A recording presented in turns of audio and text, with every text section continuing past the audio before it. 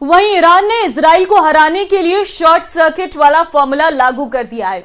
Israel के लिए यह फॉर्मूला बहुत खतरनाक साबित हो सकता है क्योंकि युद्ध के हालात में उसका आयरन डोम सिस्टम नाकाम हो जाएगा और ईरान ने शॉर्ट सर्किट वाले फॉर्मूले को टेस्ट करने के लिए सबसे पहला ऑर्डर लेबनान के हिजबुल्लाह को दिया है।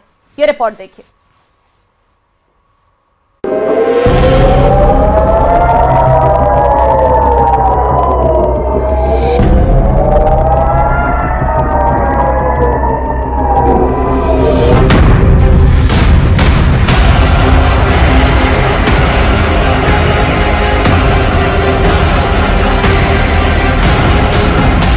ये 4 अगस्त का वीडियो है। सुबह भी नहीं हुई थी और लेबनान इजराइल बॉर्डर पर रॉकेट हमले शुरू हो गए। ये रॉकेट हिजबुल्लाह दाग रहा था और अब इन्हें रोकना इजराइल के लिए बहुत बड़ा सिरदर्द बन गया है। नेतन्याहू कह चुके हैं कि हिजबुल्लाह जितने रॉकेट दागेगा इजराइल उतने रॉकेट मार गिराएगा।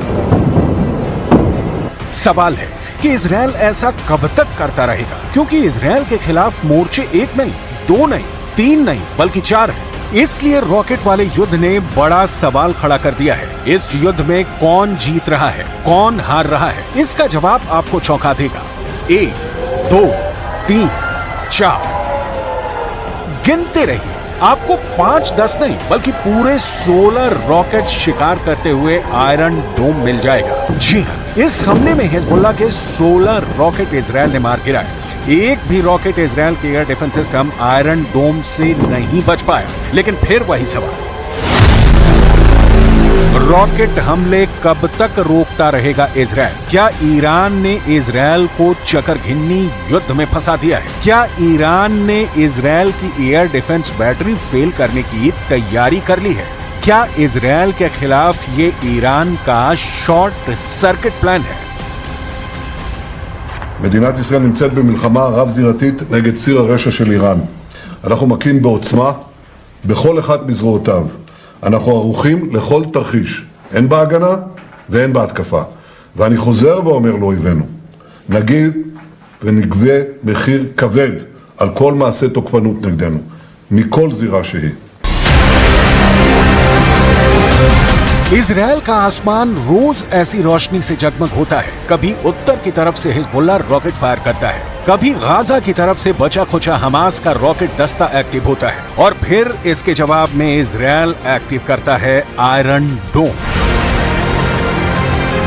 और फिर इजराइल के आसमान पर नजर आता है ये नजारा। लेकिन हर हमले को रोकने के लिए इजराइल का एयर डिफेंस बहुत महंगा साबित हो रहा है। हिजबुल्लाह का एक रॉकेट कुछ $1000 का होता है, जबकि उसे रोकने वाली मिसाइल लाखों डॉलर की होती है।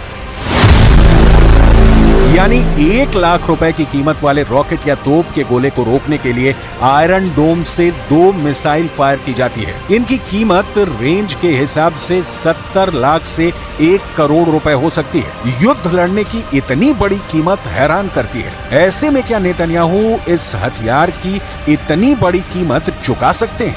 ये बड़ा सवाल है। इजराइल और अमेरिका के वॉर एक्सपर्ट इस वक्त बहुत परेशान हैं। इजराइल का वॉर रूम सवाल पूछ रहा है कि वो कब तक आयरन डोम की मिसाइल फायर करते रहेंगे। एक मामूली रॉकेट को रोकने के लिए लाखों डॉलर की मिसाइल फायर की जा रही है। ये कब तक चलेगा? ऐसे में इजराइल का आयरन डोम वाला गोदाम खाली हो जाएगा।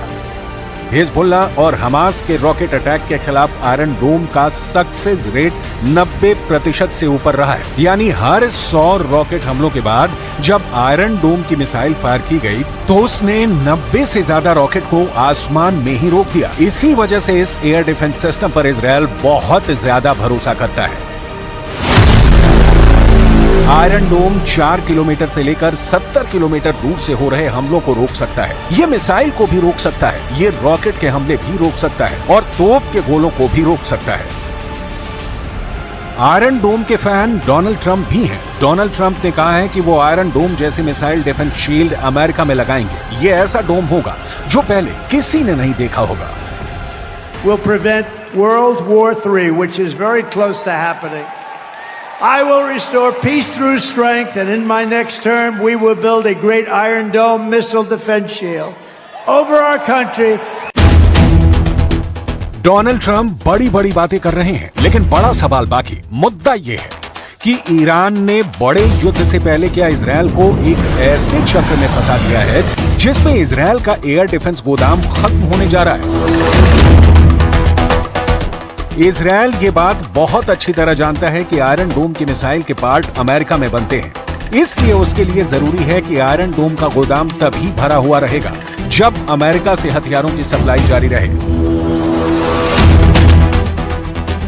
He also stressed that the unprecedented scale of U.S. support for Israel since October 7th should leave Iran, Lebanese Hezbollah, and other Iranian-backed terrorist groups with no doubt about U.S. resolve. ऐसे में missile और उसके parts को लेकर Israel के सामने बड़ा संकट खड़ा हो सकता है। ये डर हमेशा बना हुआ है, इसलिए बड़े सवाल एक बार फिर, क्या ये इजरायल के खिलाफ ईरान का चक्करघिन्नी युद्ध है? क्या ईरान ने इजरायल की एयर डिफेंस बैटरी फेल करने की तैयारी कर ली है? क्या इजरायल के खिलाफ ये ईरान का शॉर्ट सर्किट प्लान है?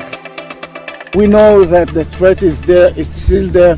The Iranians are capable to shoot to Israel missiles and UAVs and cruise missiles, and this is exactly what we are preparing ourselves, as I said, for a very long time. And we have to say that it is us together with CENTCOM and the coalition which is around us, which is something very significant for the defense. इसमें कोई शक नहीं कि अब तक iron डोम दुनिया में मशहूर हुआ है। ये इजरायल का बहुत ही सटीक एयर डिफेंस सिस्टम माना जाता है। आयरन डोम ने अब तक हमास की तरफ से दागे गए हजारों रॉकेट को मार गिराया है, लेकिन उसके सामने अब बड़ी मिसाइलों का चैलेंज है जो ईरान के पास भी है। इसके अलावा लेबनान में हिजबुल्ला और यमन में हूथी, दोनों के पास बैलिस्टिक मिसाइल हैं और उन्हें रोकने के लिए इजरायल का एरो डिफेंस सिस्टम भी पूरी तरह से तैयार है।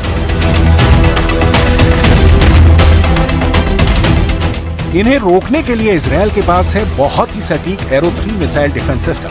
इसकी तुलना रूस के S-400 से की जाती है। ये इजरायल और अमेरिका ने मिलकर तैयार किया हुआ है। ये इजरायल के मिसाइल डिफेंस सिस्टम का सबसे खतरनाक सिस्टम माना जाता है। यही डिफेंस सिस्टम है जिसके बलबूते ईरान की भी मिसाइलों को रोक लिया जाएगा। 13 अप्रैल को जब ईरान ने 300 मिसाइल और ड्रोन से हमला किया था, तब कई बड़ी मिसाइलों को एरो सिस्टम ने ही रोका था। इजरायल इस बात का बहुत भरोसा करता है। जब एरो 3 मिसाइल लॉन्चर से निकलती है तो समझ लीजिए कि बैलिस्टिक मिसाइल कोई भी हो, ये लंबी दूरी की रेंज तक उसे मार गिराएगी। और इसी को ईरान का चक्करघिन्नी युद्ध कहा जा रहा है, जिसमें इजरायल बुरी तरह से फंस चुका है।